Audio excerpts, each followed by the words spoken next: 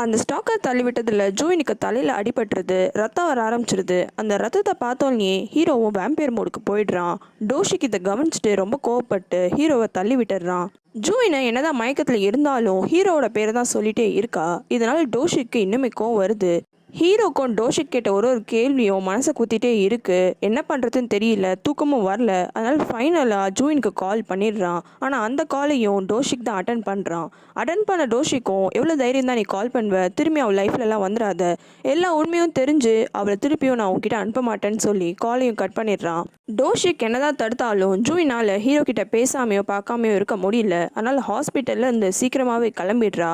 டோஷிக்கு அதனால கோவம் வந்துடுது. அதனால கோவத்தில் உண்மை எல்லாத்தையுமே சொல்லிடுறான். ஹீரோ உன்னை லவ்லாம் பண்ணல, அவன் மனுஷன் ஆகணும்னா உடம்புல இருக்கிற எல்லா ரத்தத்தையும் அவன் குடிச்சிடணும், நீ இறந்து போயிடுவ, அதனால தான் அவனை யூஸ் பண்ணிக்கிறான், நம்பி என்ன, தயவு செஞ்சு அந்த வீட்டுக்கு போகாதன்னு எவ்வளோ கதறான். இருந்தாலும் ஜூயின்னு இல்லை, நான் இவ்வளோ நாள் என் லைஃப்பை தனியாக வாழ்ந்துட்டேன், இப்படி நான் லவ் பண்ண ஆரம்பிச்சிட்டேன், எனக்கு என்னோட லைஃப் இப்படி போகிறது ரொம்பவே பிடிச்சிருக்கு, நான் இப்படி இருந்துக்கிறேன், என்னை விட்டுருன்னு சொல்லிட்டாங்க. அந்த கிளம்பிடுறா.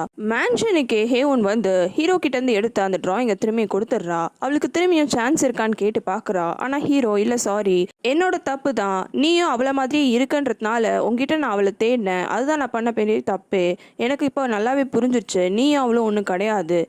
உனக்கு உண்மையாலுமே ஹீரோ மேலே லவ் இருக்கான்னு தெரியல, ஆனால் இது வரைக்கும் எந்த பையனுமே அவளை வேணான்னு சொன்னது கிடையாது, ஹீரோ தான் முதல் பையன், அதனாலேயே அவளுக்கு ஹீரோவை ரொம்பவே பிடிச்சிருக்குன்னு சொல்லி பார்க்குறா. இருந்தாலும் ஹீரோ எதுவுமே கேட்காம போயிடுறான். ஜூயினுக்கும் அவனுக்கும் நடந்த விஷயம் எல்லாத்தையுமே யோசிச்சு பார்க்குறான். இது வரைக்கும் ஜூயினுக்கு அவன் நிறைய ப்ராமிஸ்லாம் பண்ணியிருக்கான். இது எல்லா ப்ராமிஸையுமே நான் கடைசி வரைக்கும் காப்பாற்றணும், நம்ம உயிர் போனாலும் போகட்டும், ஆனால் ஜூயினுக்கு எந்த உண்மையும் தெரிய தேவையில்லை, அவள் உயிரோடு இருக்கணும்னு முடிவு பண்ணிடுறான். அப்போ அதே நேரம் டோஷிக் சொன்ன விஷயம் எல்லாத்தையும் யோசிச்சுக்கிட்டு ஜூயினும் அந்த இடத்துக்கு வந்துடுறா. ரெண்டு பேரும் மீட் பண்ணுறாங்க. நைட்டு மேன்ஷனுக்கு ஸ்டாக்கர் வந்து அட்டாக் பண்ண விஷயம் எதுவுமே பார்க்குக்கும் லீக்கும் தெரியாது. நைட்டு பொருள்லாம் கலைஞ்சு போட்டிருக்கிறத பார்த்து அவங்க ஹீரோக்கும் ஜூயினுக்கு ஏதோ சண்டை போல இருக்குன்னு நினச்சிக்கிறாங்க. ஜூயின் அடிபட்டு வந்ததுக்கப்புறமா தான் அவங்களுக்கு உண்மையை தெரிய வருது. வீட்டுக்கு வந்தோடனே ஜூயினை அந்த பொண்ணு மீட் பண்ணுறா. மீட் பண்ணி ரொம்பவே தேங்க்ஸு, அவன் ரொம்ப நாளாக என்னை ஸ்டாக் பண்ணிகிட்டே இருந்தான், எப்போ அவன்கிட்டேருந்து தப்பிக்கிறது தெரியல, அதனால தான் நான் இந்த இடத்துக்கே வந்து தங்கினேன், ஆனால் இந்த இடத்தையும் அவன் கண்டுபிடிச்சிட்டான், இப்போ எல்லா பிரச்சனையும் முடிஞ்சுது, கடைசி வரைக்கும் என் கூட இருந்ததுக்கு ரொம்பவே தேங்க்ஸ்ன்னு அழுவ ஆரம்பிச்சிடுறா. ஜூயினை அவளை சமாதானப்படுத்துறா. கீழே பேஸ்மெண்ட்டில் லீ கூடியும் பார்க்கூடியும் ஹீரோ ஒரு மீட்டிங் போடுறான். அந்த மீட்டிங்கில் எப்படின்னா ஜூயினோட அப்பாவை கண்டுபிடிக்கணும், அதுக்கான விட்னஸ் யாருன்னா இருக்காங்கன்னா நம்ம தேடணும்னு சொல்கிறான். அதுக்கப்புறமா ஒரு ஃப்ளையர் ரெடி பண்ணுறாங்க. அந்த ஃப்ளையரில் ஜூயினோட அப்பாவோட டீட்டெயில்ஸ்லாம் பிரிண்ட் பண்ணி ஊரில் இருக்கவங்க எல்லாத்தையுமே கேட்குறாங்க. அவங்களுக்கு எந்த இன்ஃபர்மேஷனுமே கிடைக்கல. லாஸ்ட்டாக அங்கே பக்கத்தில் இருக்கிற ஒரு பப்ளிக் நோட்டீஸ் போர்டில் ஒட்டிகிட்டு இருக்கும் போது அந்த இடத்துக்கு அந்த பச்சர் லேடியும் அந்த டெய்லர் ஷாப் ஆளும் வராங்க. உங்களை மாதிரியே இங்கே பல வருஷமாக இந்த ஏரியாவில் யாருனா இருப்பாங்கல்ல, அவங்களுக்கு எதனா டீட்டெயில்ஸ் தெரியுமான்னு கேட்டு சொல்லுங்கன்னு ஹீரோ கேட்குறான். டோஷிக்கு ஹீரோவோட ரத்தம் வேணும், அவன் இப்போ கன்ஃபார்ம் பண்ணிட்டான் ஹீரோ தான் ஹாஃப் வேம்பயர்ன்றத. இந்த மான்வி ரொம்ப திமிருத்தனமாக டோஷிக்கோட ஆஃபீஸில் வந்து உட்காந்துட்டு இருக்கான். அப்போ டோஷிக்கை டைரெக்டாகவே கேட்டுடுறான், நீ சொன்ன மாதிரியே அவன் ஹாஃப் வேம்பயர் தான், ஆனால் எனக்கு அவன் உயிரோட வேணும், எவ்வளோ காசாக இருந்தாலும் நான் தர ரெடியாக இருக்கேன், டீல் போட்டுடுறான். ஹீரோ ஜூயினோட அப்பாவை தேடிட்டு இருக்கும் போது அந்த ஃப்ளையர் ஒன்று மான்வியோட கண்லேயும் படுது. அவன் இதை யூஸ் பண்ணி ஹீரோவை எப்படின்னா மடக்கணும்னு யோசிக்கிறான். இவங்க எல்லாரும் இப்படி வெளியில் இருக்கும்போது ஜூயின் மட்டும் மேன்ஷனில் தனியாக இருக்கா. அப்போ அந்த இடத்துக்கு ஹேவன் வந்துடுறா. வந்த ஹேவனும், நானும் சொன்னல உன்ன மாதிரி நானும் ஹார்ட்டை ஃபாலோ பண்ண போறேன்னு, இந்த அதை பிடிச்சிக்கோன்னு ஒரு என்வலப்பை நீட்டுறா. ஜூயின் அந்த என்வலப்பை ஓப்பன் பண்ணி பார்த்தா இந்த ஹேவனு இந்த மேன்ஷனுக்கு இன்வெஸ்ட்மெண்ட் பண்ணியிருப்பா. அந்த இன்வெஸ்ட்மெண்ட்டை திருப்பி தரணும்னு ஒரு கோர்ட் நோட்டீஸ் தான் கொண்டு வந்திருக்கா. நீ என்னை ஏமாத்திருக்க, ஹீரோ ஒரு வேம்பயரு, இந்த விஷயம் உனக்கு முன்னாடியே தெரியும், ஆனால் நீ ஏமாத்தி இந்த மேன்ஷனில் இன்வெஸ்ட்மெண்ட் பண்ண வச்சிருக்க. ஒரு மனுஷங்களோட ஹோட்டலில் எப்படி ஒரு வேம்பியரால் வாழ முடியும், அதனால தான் நீ என்னை ஏமாத்திட்டேன்னு கோர்ட் நோட்டீஸ் கொண்டு வந்திருக்கேன்னு சொல்கிறா.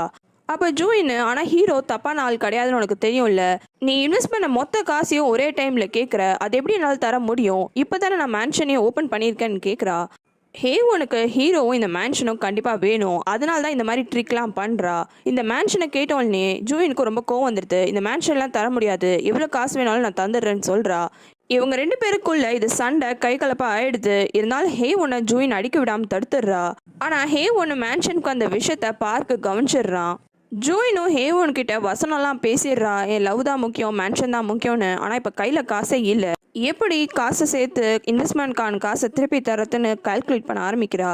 லியோ ஹீரோ வீட்டுக்கு வந்த உடனே பார்க்கு ஹேவன் வந்த விஷயத்த சொல்லிடுறான்.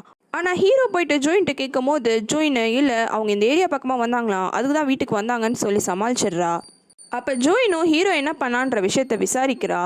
ஆனால் ஹீரோ உண்மை எல்லாத்தையும் மறைச்சு லீ யாரையோ தேடணும்னு சொன்னான், அதனால தான் நான் அவனுக்கு ஹெல்ப் பண்ண போனேன்னு சொல்கிறான். ஆனால் ரூமை விட்டு கிளம்பும் போது ஜூயின் கிட்ட உன்னோட அப்பா திரும்பி வந்தாருன்னா நீ என்ன பண்ணுவேன்னு கேட்குறான். ஆனால் ஜூயின் அதுக்கு கோவமா என் அப்பா எனக்கு தேவையே இல்லை, நான் என் லைஃப்பில் நல்லா தான் இருக்கேன் இப்போதைக்குன்னு கத்தி விட்டுறா. இவங்க 2 பேரும் உள்ளே பேசிகிட்டு இருக்க அதே நேரம் கார்டனில் லீயும் பார்க்கும் சாப்பிட்டுட்டு இருக்காங்க. அப்போ அந்த இடத்துக்கு கேட்மேனும் வரான். வந்து கேட்மேனும் ஹீரோ எடுத்திருக்க முடிவை பற்றி ஓப்பனாக சொல்லிடுறான். இவ்வளோ நேரம் இவங்களுக்கு இது எதுவுமே தெரியாது. இப்போ தான் இவங்களுக்கு புரியுது ஹீரோ ஜூயினுக்காக அவன் உயிரையே கொடுக்க ரெடி ஆயிட்டான். ஜூயினுக்கு இப்போ இன்வெஸ்ட்மெண்ட்கான காசு தேவை, அதனால் பேங்க்குக்கு காலையிலே சீக்கிரமாக கிளம்பிடுறா. ஆனால் அங்கே பேங்க்லேயும் அவளுக்கான லோன் கிடைக்க மாட்டேங்குது.